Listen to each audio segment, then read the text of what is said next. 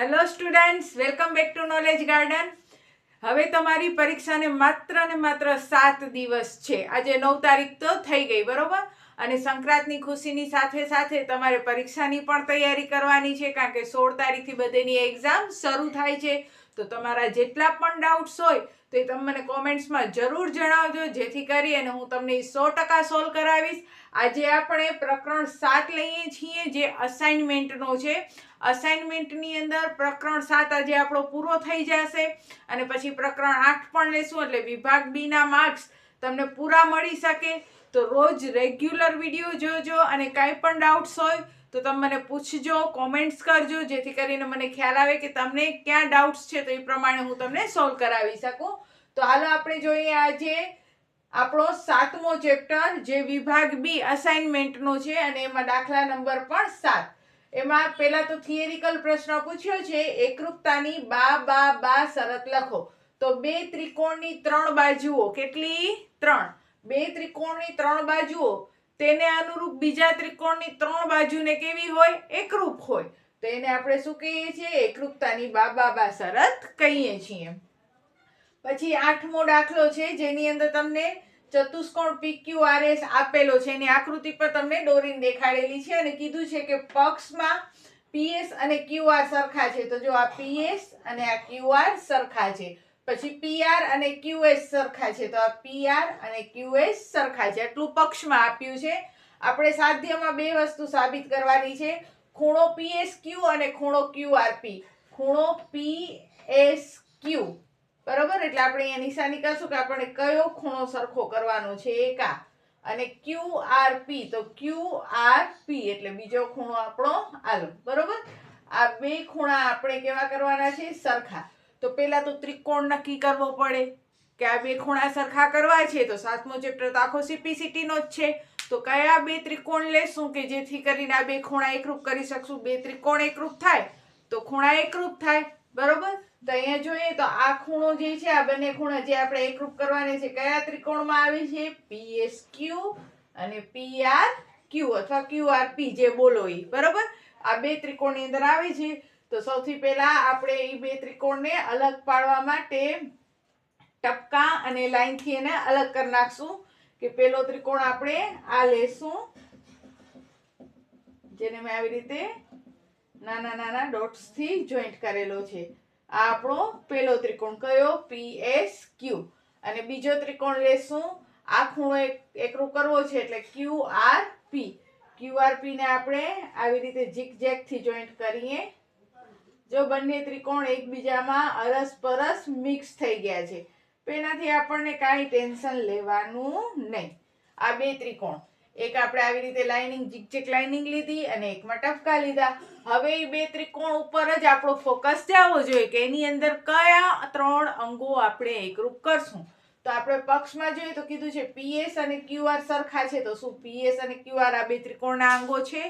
તો જોઈએ, આ PS ટપકાવાળાનો છે અને RQ અથવા QR એ આ ઝિગઝેગ વાળાનો છે, બરોબર?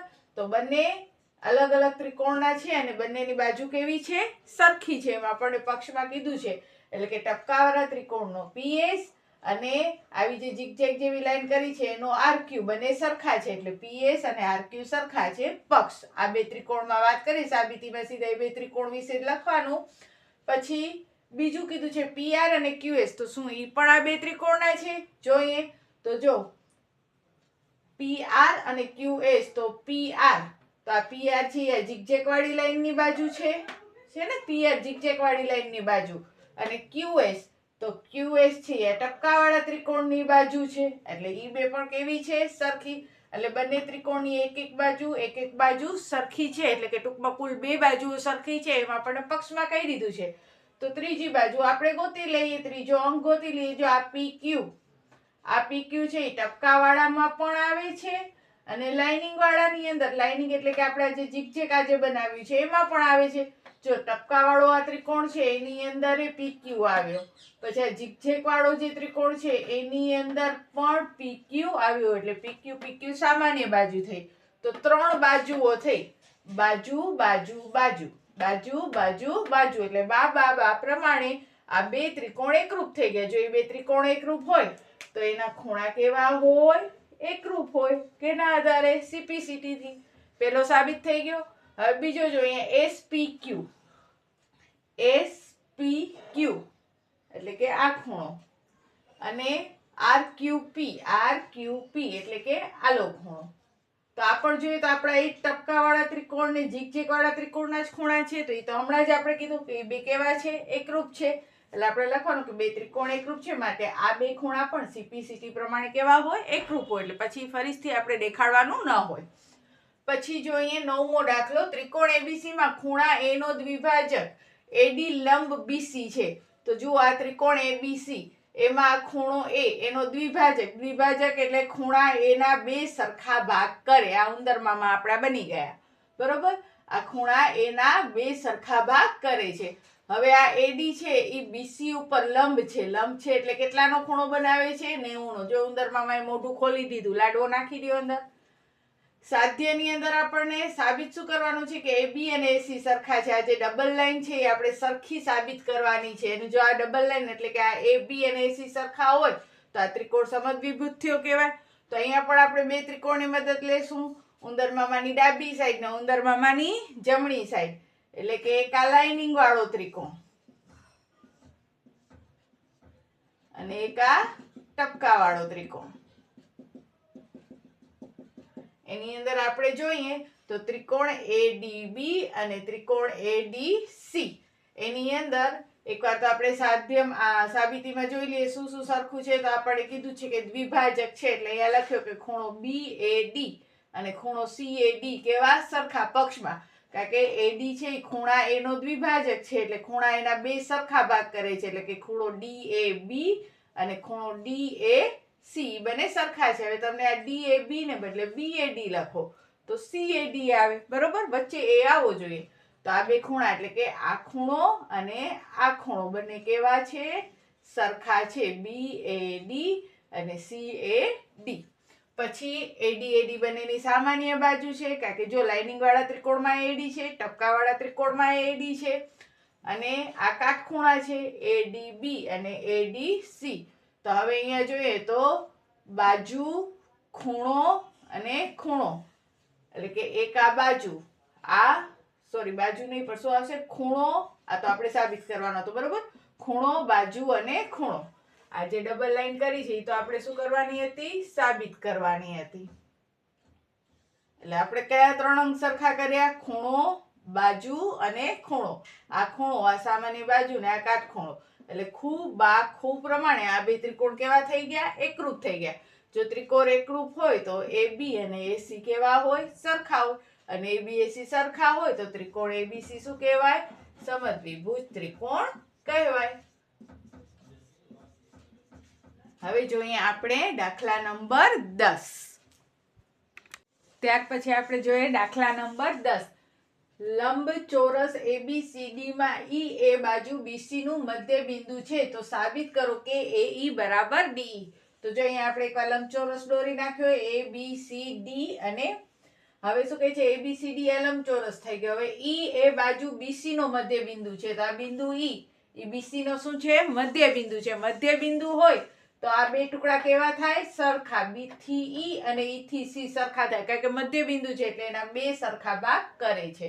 તો આપણે પક્ષમાં લખશું કે ચતુષ્કોણ ABCD માં E એ BC નું મધ્ય બિંદુ છે.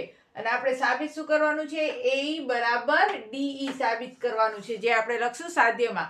હવે જોવાનું કે કયો ત્રિકોણ આપણને કામ આવશે. બે ત્રિકોણ લેવા જોઈએ તો આપણે સાધ્યને જોવાનું કે આપણને સાધ્યમાં AE અને DE કીધા છે. તો જો આ AE અને આ DE એને જોડો તો આ બે ત્રિકોણ બને છે. એક આપણો આ ટપકા વાળો ત્રિકોણ અથવા તમે એને વટાણા કહો. ચાલો આપણે આજે મેગી બનાવીએ. બરોબર? તો આ વટાણા વાળો ત્રિકોણ, નાના નાના વટાણા છે, બહુ વિકાસ નથી થયો એનો. અને આ આપણો મેગી વાળો ત્રિકોણ. બરોબર? હવે આ બે જે ત્રિકોણ છે આ બે ત્રિકોણની અંદર આપણે કોઈ પણ ત્રણ અંગો એકરૂપ કરી નાખીએ તો આ AE અને DC CPCT મુજબ સરખા થઈ જાય.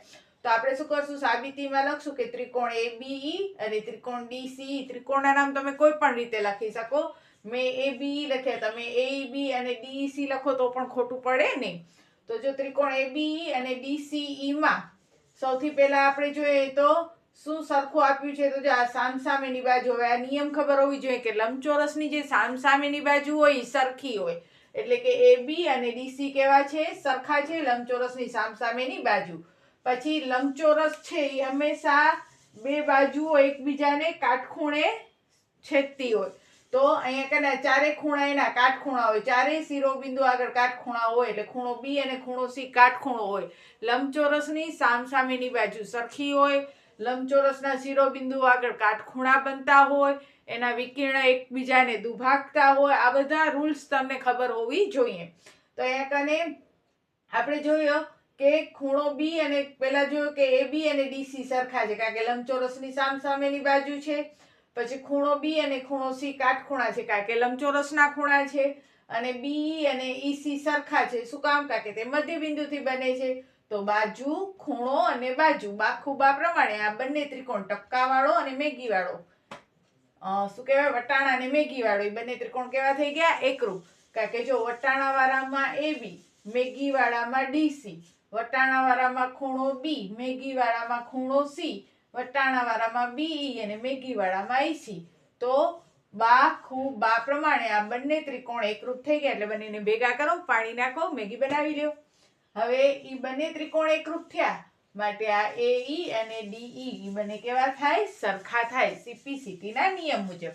પછી આપણને આકૃતિ આપી દીધી છે અને એમાં કીધું છે કે BC છે ઈ એબી ઉપર અને એબી છે ઈ BC અને DA બંને ઉપર લંબ છે, સમાન લંબ છે. આકૃતિ આપેલી જ છે આપણને કે આ એબી છે એ DA અને BC બંને સમાન બાજુઓ ઉપર સમાન લંબ છે, એટલે આ બે બાજુઓ કેવી છે? સમાન છે.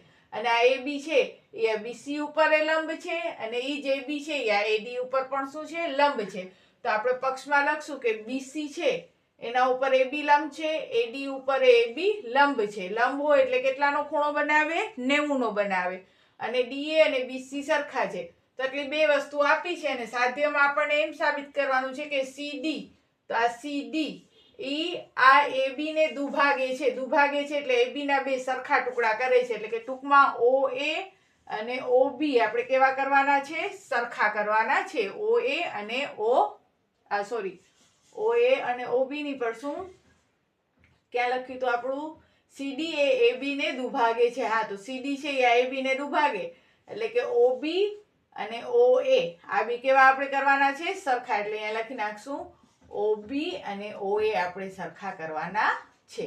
જો CD છે એ AB ને દુભાગે છે. હવે AB ને દુભાગે તો AB ના બે સરખા ટુકડા કરે. AB ના બે સરખા ટુકડા એટલે OB અને OA કેવા થવા જોઈએ? સરખા થવા જોઈએ. પક્ષમાં આપણને આપ્યો તો કે BC ઉપર AB લંબ છે, DA ઉપર AB લંબ છે. લંબ છે એટલે 90-90. DA અને BC સરખા આપ્યા છે. અને સાધ્યમાં CD એ AB ને દુભાગે છે, તો આ CD છે એ આ AB ને દુભાગે એટલે AB ના બે સરખા ટુકડા કરે એટલે OB અને OA સરખા થાય. હવે આપણે ત્રિકોણ લેશું. એક આલો લાઇનિંગ વાળો આપણો ત્રિકોણ ને એક આપણો ટપકા વાળો ત્રિકોણ. આ બે ત્રિકોણની અંદર જોઈએ તો આ AD અને BC કેવા છે? સરખા છે, પક્ષમાં આપ્યો છે. પછી ખૂણો A અને ખૂણો B કાટખૂણા છે, એ પક્ષમાં આપ્યા છે. પછી AOD અને COB જે આ ચોકડી થાય ને એને અભિકોણ કહેવાય, બરોબર? આ જે ચોકડી છે એ અભિકોણ થયા કહેવાય. અને અભિકોણ હોય તો એના સામસામેના ખૂણા એકરૂપ હોય, એટલે AOD અને COB અભિકોણ છે એટલે એ પણ એકરૂપ. તો ખૂબા, તો ખૂણો બાજુ પ્રમાણે આ AOD અને COB આ બે ત્રિકોણ કેવા થઈ ગયા? એકરૂપ થઈ ગયા. જો એ બે ત્રિકોણ એકરૂપ હોય તો એની જે બાજુઓ છે AO અને OB અથવા OA અને OB ઈ પણ કેવા થઈ ગયા? સરખા થઈ ગયા. જો OA અને OB સરખા હોય તો આપણે કહી શકીએ કે CD છે એ AB ને દુભાગે છે. એના પછી કંઈક આ રીતની આકૃતિ આપી છે અને એમાં તમને કહી દીધું છે OC અને OD સરખા છે, OA અને OB સરખા છે. અને તમારે સાબિત કરવાનો છે AC બરાબર BD, એટલે કે આ AC અને આ BD એ બે કેવા કરવાના છે? તમારે સરખા કરવાના છે. તો આપણે એની અંદર બે ત્રિકોણને ધ્યાનમાં લેવાનો. એક આ લાઇનિંગ વાળો ત્રિકોણ, એક આ ટપકા વાળો ત્રિકોણ. અહીંયા તો જોઈએ તો મિકી માઉસની ગર્લફ્રેન્ડનો ફૂંકો બની ગયો છે માથામાં નાખવાનો. હવે જોઈએ ત્રિકોણ AOC અને ત્રિકોણ BOD માં જે પક્ષમાં આપ્યું છે એ લખી નાખો. OCOD સરખા છે. પક્ષમાં આપ્યું છે કારણ કે જો OC લાઇનિંગ વાળો અને OD ટપકા વાળાનો ભાગ છે. પછી OA અને OB તો OA અને OB, OA લાઇનિંગ વાળો અને OB ટપકા વાળાનો ભાગ છે. અને પછી હમણાં જેમ બનાવ્યા એવી જ રીતે આપણે અભિકોણ બનાવી નાખીએ કે ખૂણો AOC અને ખૂણો BOD જો થઈ ચોકડી તો ચોકડીના સામસામેના ખૂણા સરખા હોય એટલે AOC અને BOD અભિકોણ છે એટલે એ સરખા હોય. તો શું થયું અહીંયા કને બાજુ ખૂણો બાજુ, બાજુ ખૂણો બાજુ, બા ખૂબા પ્રમાણે આ બંને ત્રિકોણ કેવા થઈ ગયા એકરૂપ. માટે CA અને BD પણ કેવા થાય સરખા CPCT ના નિયમ મુજબ. તો આ થયો આપણો 7મો ચેપ્ટર કમ્પ્લીટ. નેક્સ્ટ વિડીયોમાં આપણે 8મો ચેપ્ટર કરશું અને 8મા ચેપ્ટરની અંદર પણ બધા ઇમ્પોર્ટન્ટ દાખલા જ છે જે તમને અસાઇનમેન્ટમાં આપેલા છે અને વિભાગ બી ની અંદર સાબિતીઓ છે ને દાખલા તમને વધારે પૂછે છે અને એ બધા દાખલા મોસ્ટ ઓફ દઢીકરણના છે. તો આપણે 8મો ચેપ્ટર આના પછી સ્ટાર્ટ કરશું અને 8મો ચેપ્ટર સ્ટાર્ટ કરવાથી પહેલા હું તમને 8મા ચેપ્ટરને સમજવા માટેના નિયમો જો નિયમો ના આવડે ને, નિયમો જે છે એ ગણિતનો પાયો છે. હવે જો તમને નિયમ જ ના આવડે, નિયમ ન ખબર હોય, સૂત્રો ન ખબર હોય તો હું ખપે એટલી સારી રીતે તમને ચેપ્ટર ચલાવું તો એ તમને મગજમાં બેસે નહીં. એટલે 8મો ચેપ્ટર જે છે એ આપણે અસાઇનમેન્ટનો શરૂ કરીએ એનાથી પહેલાં 8મા ચેપ્ટરના નિયમો અને સૂત્રોનો વિડીયો આવશે તો એ તમે જરૂર જોજો. એ આવડી જશે એટલે તમને આખો 8મો ચેપ્ટર સરળતાથી આવડી જશે. તો બસ આજના વિડીયોમાં આપણે આટલું જ કરશું. તમારા જેટલા પણ ફ્રેન્ડ છે એને આ વિડીયો શેર કરજો જેથી એ લોકો પણ અસાઇનમેન્ટ કરી શકે, અસાઇનમેન્ટ સોલ્વ પણ કરી શકે. અને 7 દિવસ જે પરીક્ષાને દૂર છે તો વચ્ચે વચ્ચે મોસ્ટ IMP વિડીયો પણ મોકલતી આવીશ કે જે પરીક્ષામાં પૂછાય એવા દાખલા હોય છે તો એ તમે ખાસ કરજો.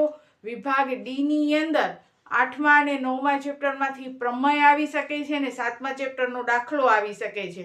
હવે જો જેને 8મા ચેપ્ટરના પ્રમેય ન આવડતા હોય તો એ 7મા ચેપ્ટરના દાખલા આપણે જે આ બધા કર્યા એ રીતે કરી શકે છે અને જો આવડે તો બહુ જ સારું. IMP જેટલા પણ પ્રમેય છે એ હું તમને મોકલતી રહું છું તો એ પણ જોયા કરજો અને વધુને વધુ વિદ્યાર્થીને શેર કરજો. કાંઈ પણ પ્રશ્ન હોય તો કોમેન્ટ્સ કરજો અને એક પ્યારો લાઈક કરી દેજો. તો બસ આજના વિડીયોમાં આટલું જ. ત્યાં સુધી બધાને જય હિન્દ, જય ભારત. સૌ ભણે સૌ આગળ વધે. બાય.